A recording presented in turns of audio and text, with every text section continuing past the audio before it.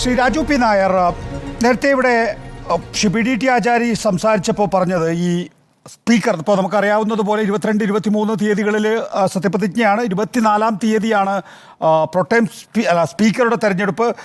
Pro tem സ്പീക്കറെ സംബന്ധിച്ചിടത്തോളം motion rules അനുസരിച്ചാണോ എന്ന് നിശ്ചയിക്കാനുള്ള അധികാരമുണ്ട്. അതും സെക്രട്ടേറിയറ്റാണ് മോഷൻ റൂൾസ് അനുസരിച്ചാണോ എന്ന് തീരുമാനിക്കുക. ആ നിലയിൽ കോൺഗ്രസിന് എന്തെങ്കിലും അജണ്ടകൾ ഉണ്ടായിരുന്നോ? അത് തിരിച്ചറിഞ്ഞിട്ടാണോ BJP ഏറ്റവും സീനിയറായ MP പ്രൊട്ടൈം സ്പീക്കർ ആക്കേണ്ടതില്ല എന്ന് തീരുമാനിച്ചിട്ടുണ്ടാവുക?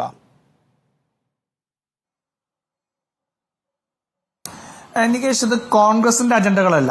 ഇതിനകത്ത് മുഴുവൻ വരുന്നത് BJPയുടെ അജണ്ടകളാണ്. ആ അജണ്ടകൾ എന്തൊക്കെയാണെന്ന് ഞാനൊന്ന് പറഞ്ഞു നോക്കാം. ഒന്ന്, BJPയെ സംബന്ധിച്ചോളം BJP ഒരു സവർണ ഹിന്ദുത്വ രാഷ്ട്രീയ പാർട്ടിയുടെ ആണ്.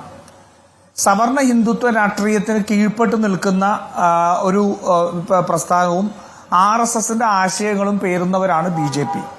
നരേന്ദ്രമോദി താൻ OBC ആണെന്നൊക്കെ പറയുന്നതിനപ്പുറം ഈ സവർണ ഹിന്ദുത്വ രാഷ്ട്രീയത്തിന്റെ മതിൽക്കെട്ടുകൾക്കപ്പുറത്തേക്ക് BJPക്ക് ഒരിക്കലും പോകാൻ സാധിച്ചിട്ടില്ല.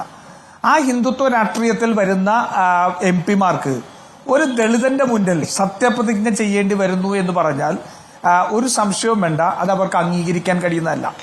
കാരണം ഉത്തർപ്രദേശ് ആണെങ്കിലും മധ്യപ്രദേശ് ആണെങ്കിലും ഒക്കെ ഉൾപ്പെടെയുള്ള സ്ഥലങ്ങളിൽ ഇവർ നടത്തിയിട്ടുള്ള ഒരു കാസ്റ്റ് പൊളിറ്റിക്സ് എങ്ങനെയാണ് വളരെ വ്യക്തമായിട്ട് മനസ്സിലാവും. അതിനകത്ത് നരേന്ദ്രമോദി സത്യപ്രതിജ്ഞ ചെയ്ത ഒരു ആദിവാസി സ്ത്രീയുടെ മുന്നിലാണ്.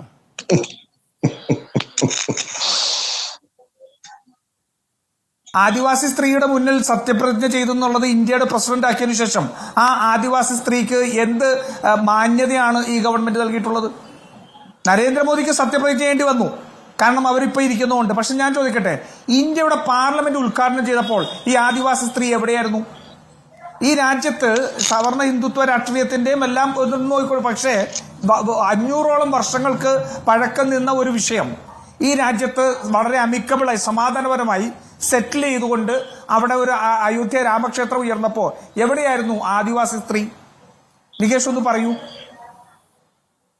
അപ്പൊ ഇവരുടെ രാഷ്ട്രീയം വളരെ അത് ആണ് ഇതിനകത്ത് ഏറ്റവും പ്രധാന വിഷയമല്ല. പറഞ്ഞോളൂ. അല്ല, കോടതി വിധി വന്നല്ലോ. കോടതി വിധി കോടതി വിധി എപ്പോഴും എതിർക്കുന്ന ഒരാളാണ് ഞാൻ. പക്ഷെ അവിടെ ഒരു വിധി ഉണ്ടായി, ആ വിധിക്കനുസരിച്ച് സെറ്റിലായി. അതിന് മറ്റു ചർച്ചകൾ വേറൊരു വിഷയമാണ്. ഞാൻ വേണമെങ്കിൽ എന്റെ നിലപാട് പറയാം, അല്ലെ പാർട്ടിയുടെ നിലപാട്.